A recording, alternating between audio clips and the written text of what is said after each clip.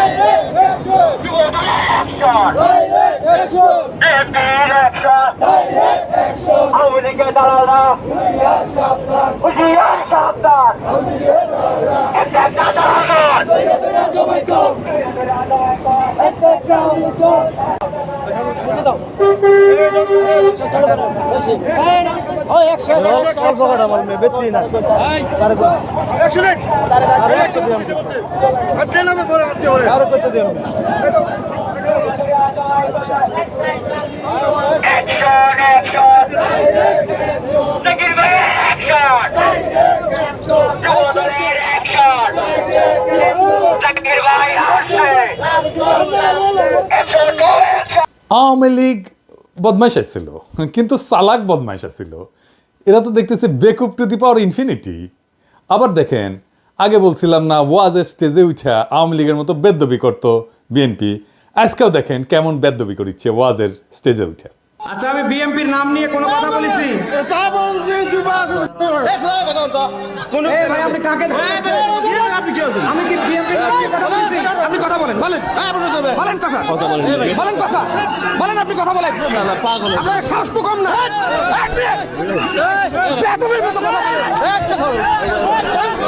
এরপরে বেদ্যবি করতে আসলে ধোলাই দিবেন একেবারে। একটা জায়গায় ধোলাই খেলে না সারা বাংলাদেশে সাইজ হয়ে যাবে। সেদিন দেখলাম ঠাকুরগাঁয়ের বিএনপি নেতা বলতেছে মির্জা ফখরুলের সমালোচনা যদি অযৌক্তিক হয় তাহলে বাড়িঘর থাকবে না। শুনেন। যৌক্তিক সমালোচনা করবেন, আমরা আপনাদেরকে বাহাবা দিব, ধন্যবাদ দিব। মিথ্যা সমালোচনা করবেন, আমরা আপনার প্রত্যেকটা মানুষের নৈতিক দায়িত্বের প্রতিবাদ করেন। কাউকে ছাড়ে দেওয়ার সময় নেই। তবে একটা জিনিস, মির্জা আলমগীরকে নিয়ে যে কথা তুলবে, আঙ্গুল তুলবে, বিশেষ করে এই অঞ্চলে ওর বাড়িঘর আমরা রাখি। এ বেড়ার নাম মতিউর রহমান, ঠাকুরগাঁ সদর উপজেলার বিএনপির নেতা। যৌক্তিক আর অযৌক্তিক কেমনে বুঝবে? কে ঠিক করবে? বিএনপি তো ঠিক করবে। আর অযৌক্তিক হলে বাড়িঘরে হামলা করবে। রাজনীতিতে সমালোচনা থাকবে না? সমালোচনা তো থাকবেই, অযৌক্তিক সমালোচনাও থাকবে। সমালোচনা যদি অযৌক্তিক হয় তাহলে সেটা জনগণ ধরতে পারবে না? অবশ্যই পারবে ধরতে। তাহলে জনগণের উপর সে আস্থা রাখতে পারতেছে না কেন? এরা উপজেলার নেতা, এরা তো শিখে বড় নেতা দেখে, তাই না? আগা হাল যেদিকে যায় পিছা হাল সেদিকেই যায়, তাই না? দেখেন বিএনপির এমপি কি বলে, কি ভাষায়। দেখেন, কিছুদিন আগে হারুনরে ধরেছিলাম না, ঠান্ডা ছিল কিছুদিন, আবার এসে কইতেছে ক্ষমতায় থেকে দল গঠন করলে পিঠের চামড়া তুলে নিবে। ভাষা বাদই দিলাম। ক্ষমতায় থেকে রাজনৈতিক দল তো খোদ জিয়াউর রহমান করছেন। হারুন যেই দল করে সেই দলের জন্ম ক্ষমতা থেকে। ছাত্ররা কিন্তু খুবই স্পষ্টভাবে বলছে যে তারা দলে যুক্ত হইলে, রাজনৈতিক দলে পদ ছেড়ে দিবে, উপদেষ্টা পত্র ছেড়ে দিবে। তাও ভয় যায় না এদের। সমস্যাটা কই? মানে ওরা কি বুঝে না? মানে ছোটবেলায় কি আয়োডিন কম খেয়েছিল হারুন, নাকি বেশি খাইছিল? তো বিএনপির নেতাকর্মীরা ইনকা বেপরা হয়ে উঠছে কেন? টাকা কামানোর জন্যে, আর অন্যকে হুমকি দেওয়ার জন্যে। এই দখলের উৎসবে মানুষজন তো টেম্পু স্ট্যান্ড দল বলে বিএনপিকে খোটা দেয়। তো দেখি আসলে ব্যাপারটার মধ্যে কি লুকায় আছে। এর কারণ হইতেছে যে বিএনপির দল চালানোর মতো কোনো একটা আর্থিক ব্যবস্থা নাই। এই যে চাঁদাবাজি আর টেন্ডারবাজির অভিযোগ, তার আসল কারণটা কিন্তু ওইখানে। এই অভিযোগগুলো যে বিএনপি শত্রুরা বাড়ায় বাড়ায় বলতেছে তা কিন্তু না। জামাতের ব্যাপারে চাঁদাবাজির কিন্তু দুই একটা নিউজ হয়, অভিযোগ আসে, কিন্তু এটা বিএনপির মতো ব্যাপক না।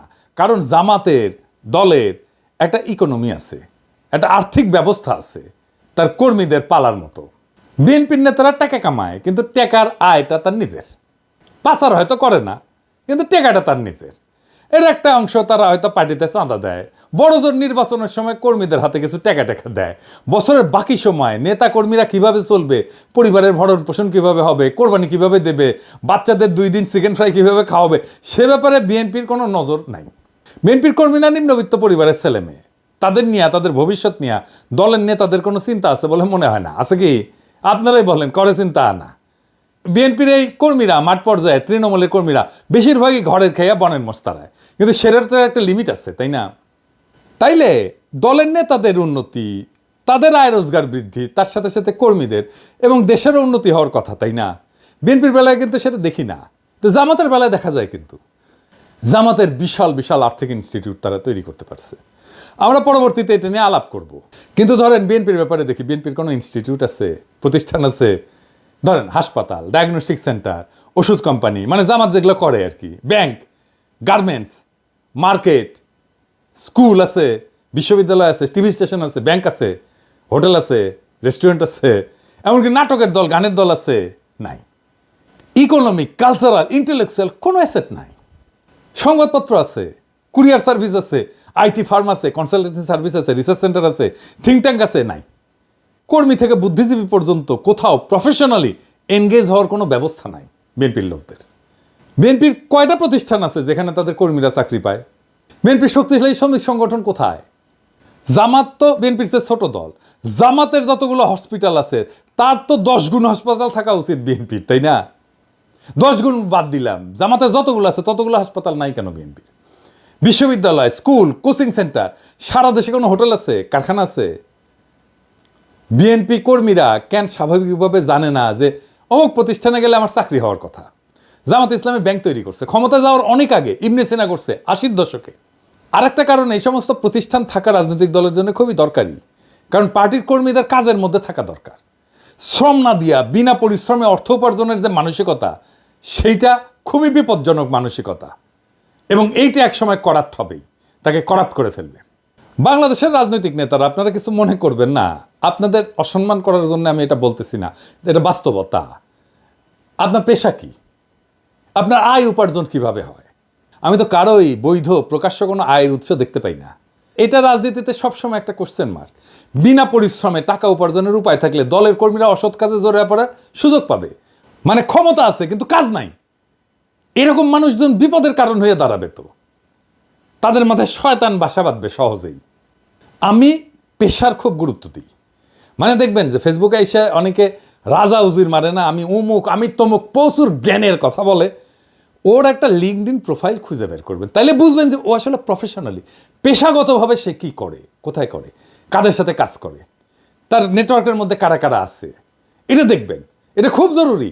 আপনি অনেক দেখবেন মানে রিসার্চ আর পিএইচডি অমুক তমুক মেলা কিছু করে ফেলছে, লিঙ্কডইনের কোনো প্রোফাইলই নাই, বুঝছাও? তার মানে ও কিছুই করে না, কিচ্ছু না, বা যা করে সেটা বলতে চায় না সে। বুঝতে পারছেন? এটা যদি চিন্তা করে দেখেন যে বাংলাদেশে সমাজের নিচ থেকে উপরে ওঠার ভালো কোনো রাস্তা নাই। এক প্রজন্মের মধ্যে নৈতিকতার সীমার মধ্যে এক শ্রেণী থেকে আরেক শ্রেণীতে যদি উঠতে চায়, সেটা প্রায় অসম্ভব ব্যাপার। এই বাস্তবে যদি এইটা আপনি করতে চান, তো একটাই মাত্র পথ খোলা আছে, সেটা রাজনীতি। রাজনীতি করে আপনি প্রচুর টাকা কামাইতে পারবেন, আপনার আর্থিক অবস্থা যাই থাকুক না কেন, তাই না? এটা খুব বিপজ্জনক একটা দেশের জন্য, খুবই বিপজ্জনক একটা দেশের জন্য। এই জন্যই বাংলাদেশের রাজনীতি দাঁড়াইতে পারে না, রাজনৈতিক দলগুলো দাঁড়াইতে পারে না, শক্তি অর্জন করতে পারে না। এই সিন্ডিকেট ভাঙতে হবে। কিন্তু রাজনীতিকে একমাত্র পথ হিসেবে যারা দেখে, যারা রাজনীতি শুধু করে, তাদের এই বাস্তবতাটা বুঝতে হবে এবং তাদের জীবিকা নির্বাহের দায়িত্ব নিতে হবে।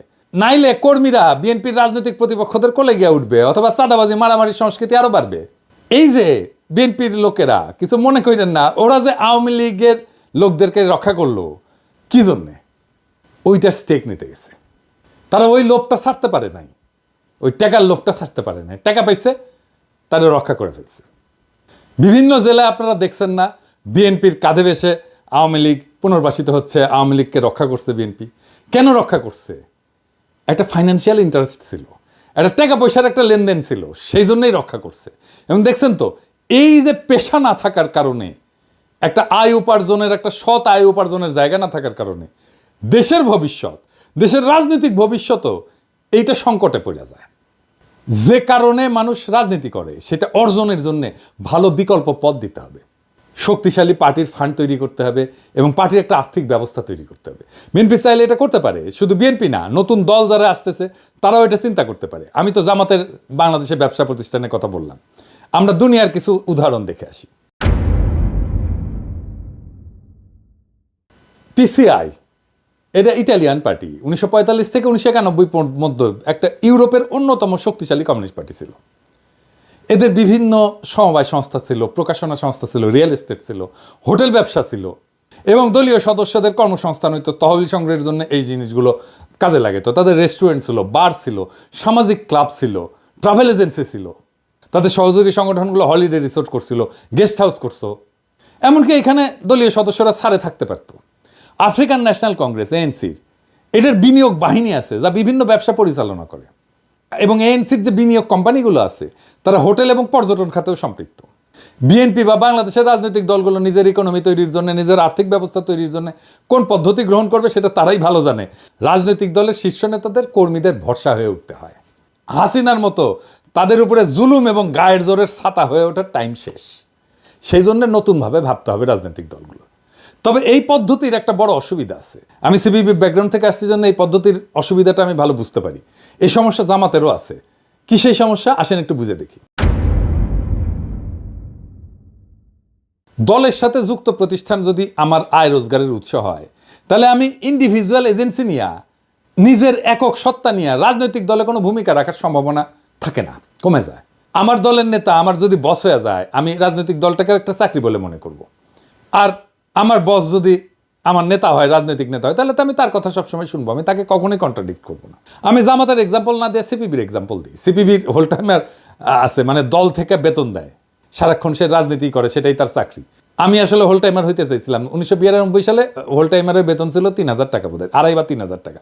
এখন দিবালোক সিংহের একটা মণি সিংহের বেটা, তার একটা প্রতিষ্ঠান আছে দুস্থ স্বাস্থ্য কেন্দ্র, ওইখানে চাকরি করে পার্টির লোকেরা, কমিউনিস্ট পার্টির লোকেরা। দিবালোক সিংহের ওইখানে যে চাকরি করে, সে কি দিবালোক সিংহের মতের বিরুদ্ধে কোনো মত দিতে পারবে? তার বস যেটা বলবে সেটাতে হ্যাঁ হ্যাঁ করে যাবে। তখন এইটা রাজনৈতিক দল থাকে না, ক্লাব হইয়া যায়। আমার অনুমান জামাতেরও এই সমস্যা আছে। এই কারণে দেখেন যে মেজর পলিটিক্যাল মিস্টেক এই দুই দলের বেশি, জামাত আর সিপিবির। বিএনপির আর্থিক অবস্থা দুর্বল থাকলেও তাদের মেজর পলিটিক্যাল মিস্টেক কিন্তু নাই। সম্ভবত এই কারণেই, এটা আমার অনুমান। কারণ দলের সিদ্ধান্ত যারা নেয় তারা তাদের আয় রোজগারের জন্য দলের নেতৃত্বের উপর নির্ভরশীল না। আমার মনে হয় এই আর্থিক ব্যবস্থা করে তোলার ক্ষেত্রে একটা ইনোভেশন আনা যেতে পারে। আমি এটা বিএনপিকে পরামর্শ দিতেছি না, বিএনপি পরামর্শ নিলে নিতে পারে, কিন্তু নতুন দলের জন্য এটা একটা পরামর্শ। এই ইনোভেশনটা কি হইতে পারে? প্রতিষ্ঠানগুলোর শীর্ষ পদে দলের নেতা থাকবেন, এরা প্রফেশনাল থাকবে, তাতে বেটার, ভালো, কারণ প্রতিষ্ঠানটা ভালো চলবে, প্রফেশনালি চলবে। দলের নেতার অধীনে দলের কোনো কর্মী বা অন্য নেতা থাকবে না। আরেকটা পদ্ধতি হতে পারে যে এই প্রতিষ্ঠানগুলোতে চাকরি হবে সাময়িক, ম্যাক্সিমাম 5 বছর, এরপরে তারা অন্য চাকরি খুঁজে নিতে হবে। এখানে সে ট্রেনিং পাইলো, এখানে একটা অভিজ্ঞতা পাইলো, সে দক্ষ হয়ে আর একটা চাকরি খুঁজে নিল।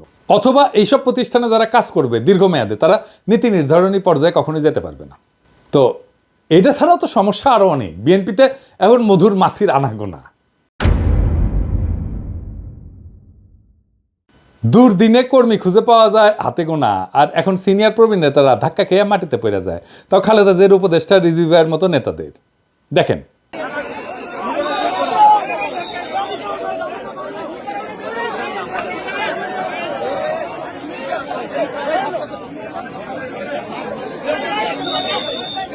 ফুল দিয়া শ্রদ্ধা জানাইতে গেছে, সেটা ভেঙ্গে শেষ। এখনই যদি এই অবস্থা, তাহলে ক্ষমতায় গেলে কি হবে সামনে, চিন্তা করেন। বিএনপির স্বাস্থ্য প্রতিমন্ত্রী ছিল কোষাধ্যক্ষ, ছিল স্বাস্থ্য প্রতিমন্ত্রী ছিল মিজানুর রহমান সিনহা।